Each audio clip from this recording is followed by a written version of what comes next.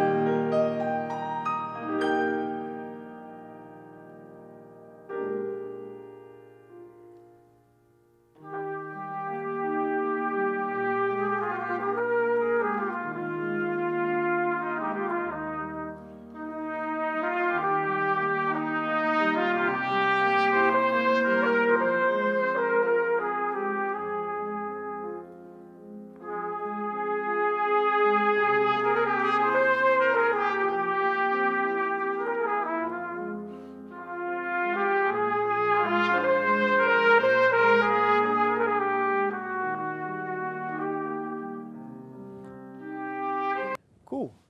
It's a nice little excerpt there. So I'm going to play the same thing now, and this would kind of show how teacher and student would do this together, and you'll hear all sorts of different tones. So let's take another shot at this. Rock on.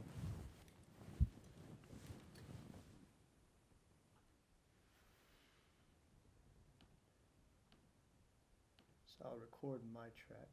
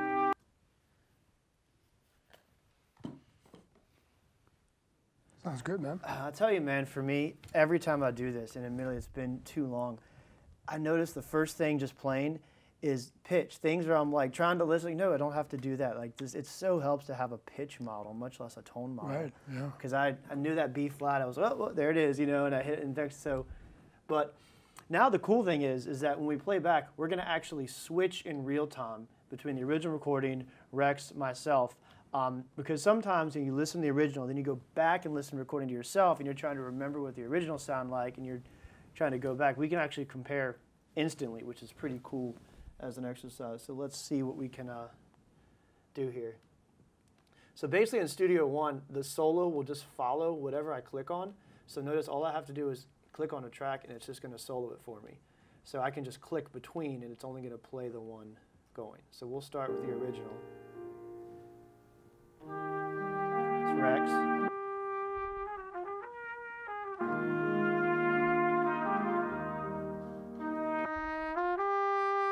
John. Rex.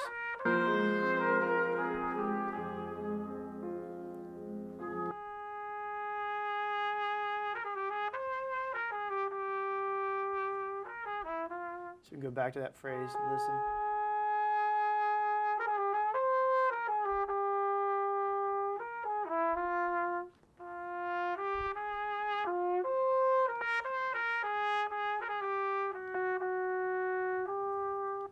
So it's a great way to kind of hear different phrasing, tone. I mean, I was definitely closer to the mic, so mine's just coming across a little louder. Right. But what do you hear? What do you think? There's certain things I notice. I noticed in myself that the first thing I was doing was kind of dragging and some of the gestures. And I think, you know, from what I could hear of the track, I think you were actually more on time with Håkan's gestures. One thing I picked up on immediately in my own playing and was listening how Håkan was spinning through the notes, was putting a lot of kind of energy through that. And so I started trying to dig in. I was like, okay, this is not necessarily how I would, you know, interpret this without thinking about it, but I'm kind of liking this. So let me see if I can kind of really put this push through. And you sound a little more laid back about it. So it's not a right or wrong thing. It's just about sometimes figuring out what lessons do you want to draw from the recording, you know. And so that was one of the things that really struck me about his playing. When you do this kind of practice, you listen to detail on a level that you're not necessarily going to have dealt with before. And it just takes your musicianship to a higher level. It's really something. Yeah, no, I think it's fun. You know, I think one exercise, anyone out there playing any instrument that's trying to prepare and practice a solo, you know, play the whole solo by yourself. Do the same thing again along with the recording in your ear. I guarantee you'll be able to hear a difference. You can listen back to those two recordings, play it for anyone, and people will notice a difference in phrasing and sound of the one that you had the sound model and the one you didn't. And we obviously want to get to a point where we can play the sound that's in our head. Yeah. But this is a great way to model that, just to get it literally in your head while you're playing. Right, and I remember you talking about practicing so that with the level sets that you could barely hear yourself. So it's like you were playing the sound that you're hearing in the recording that you're trying to model. And you mentioned that makes a huge difference when you actually go back to playing on your own and hearing yourself. Yeah, sometimes I'll actually, sometimes you want to have a headphone off so you can hear yourself, and sometimes you just want to crank it so you don't even hear yourself. You just feel like you're making that sound. Like I can be Maurice Andre and then you listen to the recording and you're like, oh God, I'm not. But, you know, that's... You got that much closer, you know? Yeah, absolutely. So that's a great use case. Well, cool. Well, the next thing we're going to tackle in the next segment is absolutely essential. Maybe not as fun as practicing like this, but it's definitely the metronome and the click and some of the really unique, interesting things we can do here with the click. So stay tuned for the next segment. We're going to dig into some cool metronome features.